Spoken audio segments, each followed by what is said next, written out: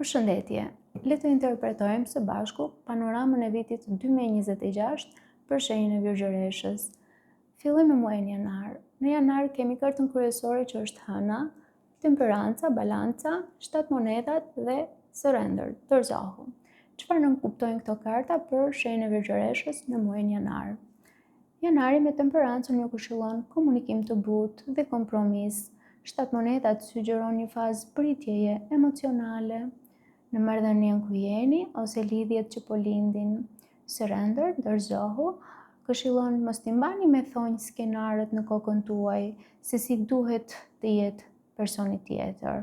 Mesazhi kryesor për janarin është të gjeni ritmin e mesëm mes përpjekjes dhe dorëzimit, mes pritjes dhe mjegullimit, duke vazhduar të kultivoni atë që keni nisur, por pa e kontrolluar me ngulm rezultatin. Në dashuri, janari kërkon të flisni butë, të bëni kompromise dhe të jepni kohë një lidhje ose një njohje që është e re, duhet të jepni kohë që të piqet vetë, por pa e gjykuar, jo të nxituar.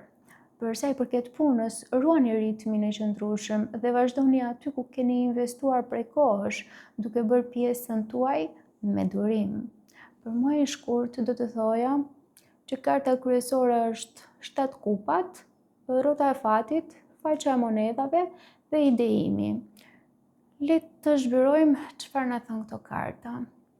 Mesazhi kryesor për shkurtin është rrotullimi i fatit, do të thoja, sepse sjell mundësi të papritura dhe shumë ide, por përparimi vjen kur zgjidhni një drejtim të vetëm dhe e ktheni në plan konkret, jo duke humbur në fantazi. Në dashuri, një kthesë karmike mund të ndryshojë papritur një raport ose të sjellë një person të ri që ju çliron nga rutina, por kërkohet të mos idealizoni askënd më shumë se sa flasin veprimet e tyre reale. Nëse e përdorni imagjinatën për të shprehur ndjenjat në mënyrë krijuese, lidhjet kanë mundësi të rriten, kanë mundësi të zgjerohen në mënyrë më të shëndetshme. Për sa i përket punës, një rast i jashtëm ose një projekt mund t'ju nxjerrë nga ajo monotonia, për sa kohë fokusoheni në një ide kryesore dhe punoni mbi të me durim dhe disiplinë. Kalojmë te muaji mars. Muaji mars kryesohet nga mbreti i kupave, 8 kupat, hëna dhe movement, lëvizja. Kjo karta e movement më kujton kartën e 8 shkopinjve, është vërtet vrull. Në muajin mars ju kërkohet të largoheni me guxim nga gjithçka ku ndiheni bosh, edhe pse rruga është e mjekullt, të mbështeteni te pjekuria emocionale dhe intuita juaj për të gjetur diçka më të vërtet për shpirtin. Për sa i përket dashurisë, do të thoja, ju do të dilni nga një dinamik lodhëse, për t'i dhënë vetes mundësinë për një lidhje më të sinqertë, ku flisni hapur se çfarë ndjeni dhe çfarë nuk pranoni më, por duhet me patjetër të evitoni ato vendime që ju i keni frikë dhe të kërkoni fakte duke dëgjuar zërin e brendshëm. Vetëm ashtu do të krijoni terren për një dashuri më të qetë, më të pjekur. Ndërsa për sa i përket punës, filloni të largoheni me kartën movement, siç thash është karta e lëvizjes, ajo e thyn stagnimin. Nga një mjedis që ju mund të lëvizni nga një mjedis që nuk ju ushqen më emocionalisht, duke bërë hapa të vegjël por të qëndrueshëm, mjegulla shpërndahet dhe shfaqet më qartë drejtimi juaj i ri. Për prillin mesazhi, karta kryesore është 6 shkopinjt, mbreti i shpatave, 2 shpatat dhe kolona strength, që mund të jetë edhe forca. Atëherë për prillin. Prilli me mesazh kryesor ka që ju mëson ndoshta si të veproni si strateg të ftohtë, t'i ndani faktet nga emocionet, duke qëndruar të palëkundur në vlerat tuaja dhe të arrini sukses para në grindje të kota. Ndërsa në dashuri ju vendoseni përballë një dileme ku nuk mund të rrini më në mes. në thonjza në mes. Ndaj duhet të shihni qartë se si silleni realisht ju apo personi tjetër dhe për të marrë një vendim të sinqert me veten. Nëse vendosni kufi të qartë dhe thoni jo aty ku preket dinjiteti juaj, ruani zemrën nga lodhja dhe krijoni hapësirë për një marrëdhënie më të shëndetshme, do të thoya. Për sa i përket punës, ju duhet të negocioni ndonjëherë edhe me argumente të forta, edhe të zgjidhni pavonesë mes dy rrugëve, sepse veprimi i bazuar në logjik ju çliron dhe ju çon drejt njohjes dhe fitores.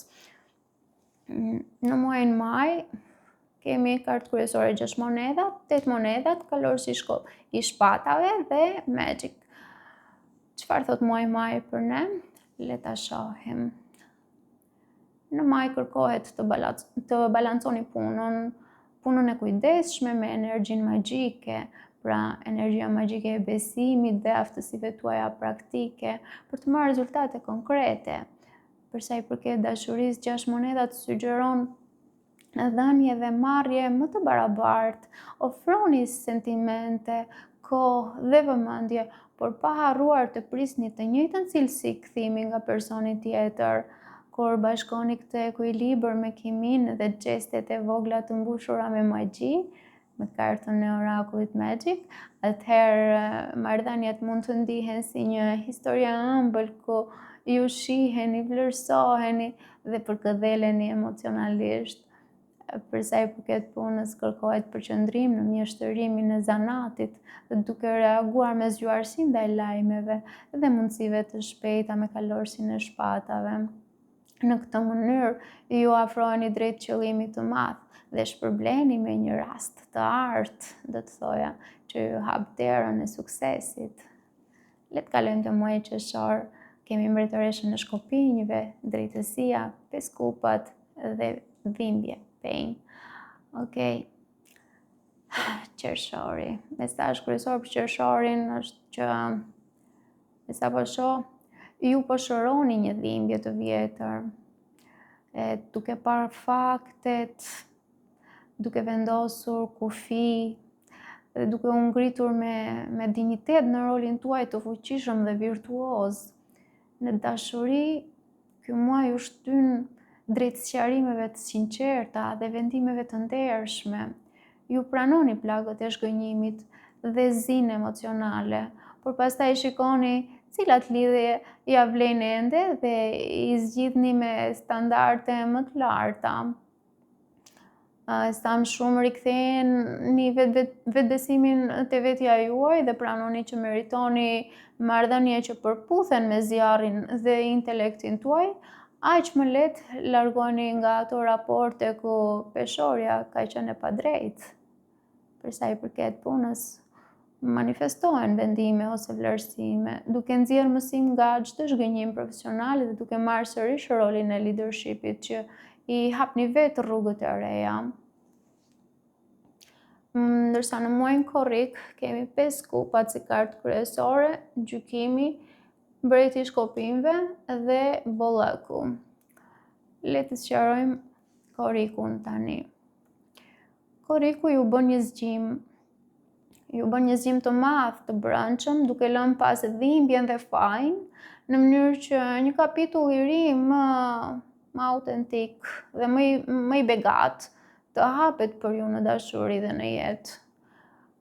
Në dashuri ju ktheheni te çështje të vjetra për t'i mbyllur më me sinqeritet, ose duke pranuar plagët dhe njëkohësisht duke liruar hapësirë për një lidhje që respekton dëshirat dhe zemrën tuaj.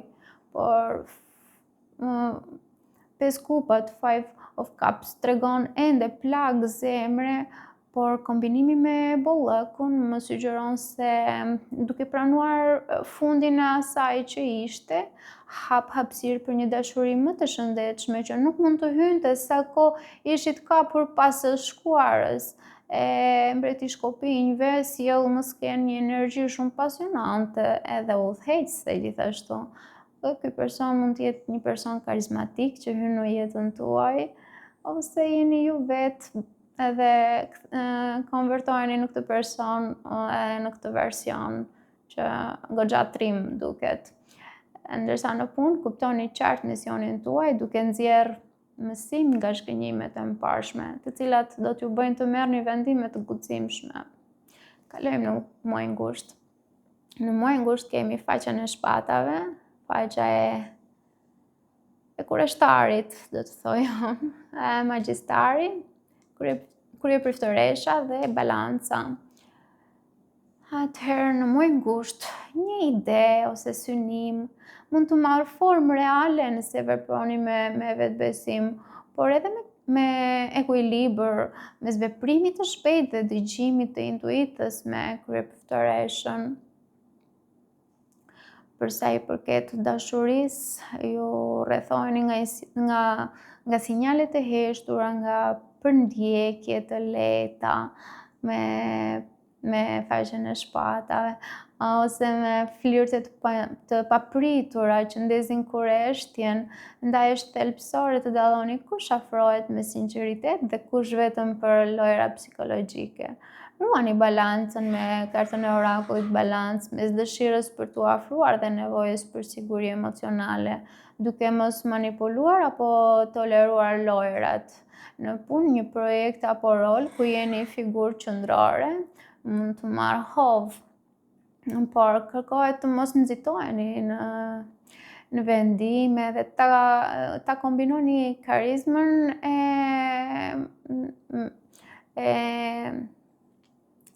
karizmën tuaj me kontrollin, karizmën e magjistarit me kontrollin, po,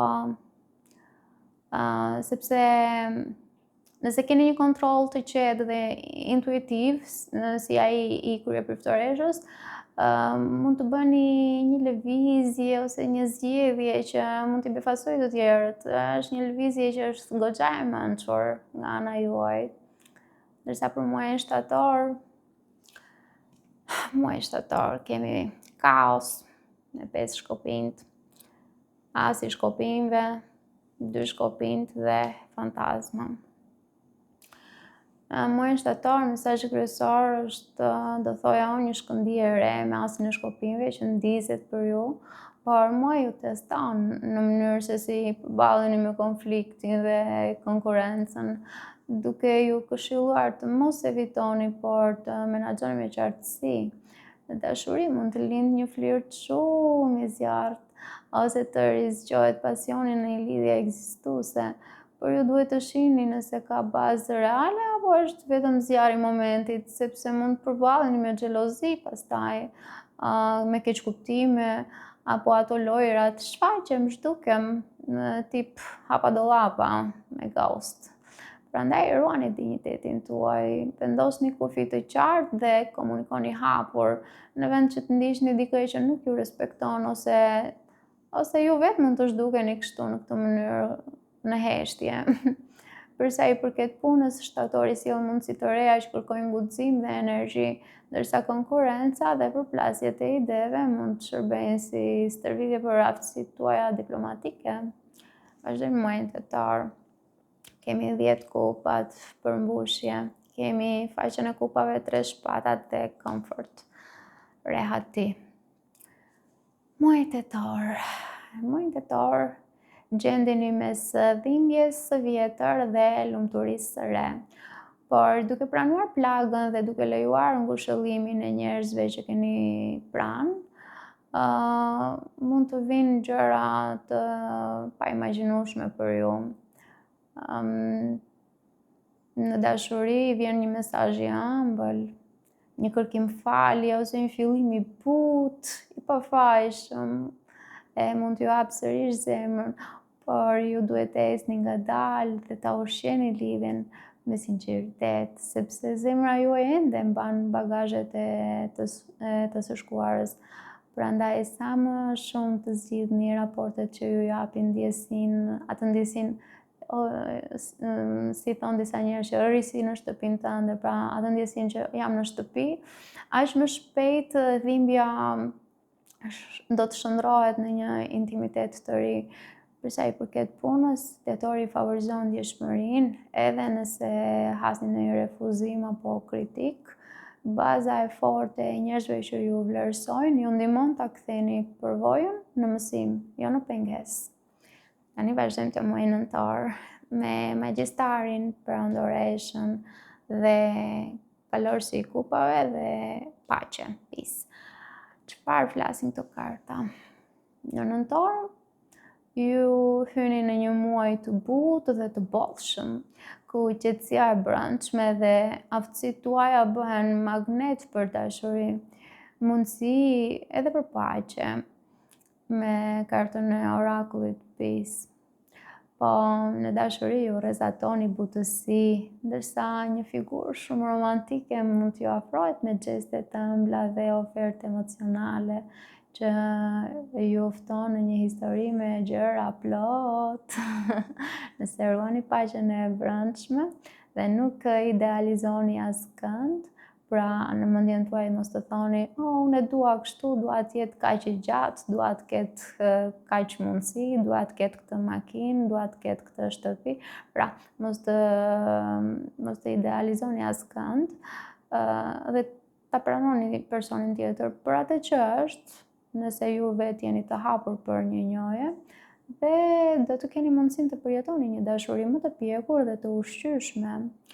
Për sa i përket punës, ju mund të dilni më shumë në skenë si personi që sjell ide, bashkëpunime ngjyra artistike, do thoja unë, ose shpirtërore, dhe përfitimi nuk do të jetë vetëm monetar, por edhe shpirtëror. Tani kalojmë te muaji dhjetor. Në dhjetor kemi faqen e kupave, mbretin e kupave, 10 shkopin dhe Prism Oracle Success. Vetëm nga Prism Oracle Success të jep atë ndjesin e diçka e të mirë në dhjetor për sukses, diçka që del vërtet ashtu siç dëshironi ju. Në dhjetor do thoja një kurorëzim paqësor ose dhe lodhja e akumuluar bashkohen në një pikë kthese, do të thoja, duke ju ftuar që ta hiqni atë barrën e tepërt dhe të shijoni frytet e punës suaj. Sepse në dashuri energjia është e ngrohtë dhe lozonjare, një figurë e pjekur emocionalisht, ose ju vetë në këtë version, krijon ndjenjë sigurie, ndërsa mesazhet të ëmbla, gjeste romantike dhe rindezje butësie sjellin një aromë poetike në zemër. Ky është një moment shumë i mirë për të folur hapur dhe për të vendosur kufi që marrëdhënia të ndihet e ndarë dhe jo e rrasur mbi shpatullat tuaja, duke i lënë hapësirë personit tjetër të marrë përgjegjësinë e vet. Në punë dhjetori ka tonë mjeshtërie dhe suksesi të merituar, do të thoja, sepse ngarkesa është e madhe, por njëkohësisht shpërblyese. Prandaj ndaj fjalët kyç për këtë muaj, për mendimin tim, janë delegim dhe vetkujdes. Në këtë mënyrë do hyni në vitin e ri më të lehtësuar dhe jo të raskapitur. Muaj që mendojnë që mund të jetë më i mirë për dashurinë, mendoj se është muaji nëntor, që është magjistari, perandoresha, kalorësi i kupave dhe peace, paqe. Ndërsa muaji sfidues mendoj që është qershori, me mbretëreshën e shkopinjve, drejtësinë, 5 kupat dhe pein dhimbje. Ndërsa muaji më i mirë për punën më rezonon maj, ndërsa muaji sfidues mendoj që mbetet muaji prill, sepse tregon presion për vendime të vështira. Okej, unë do t'ju uroj gëzuar festat dhe paqim.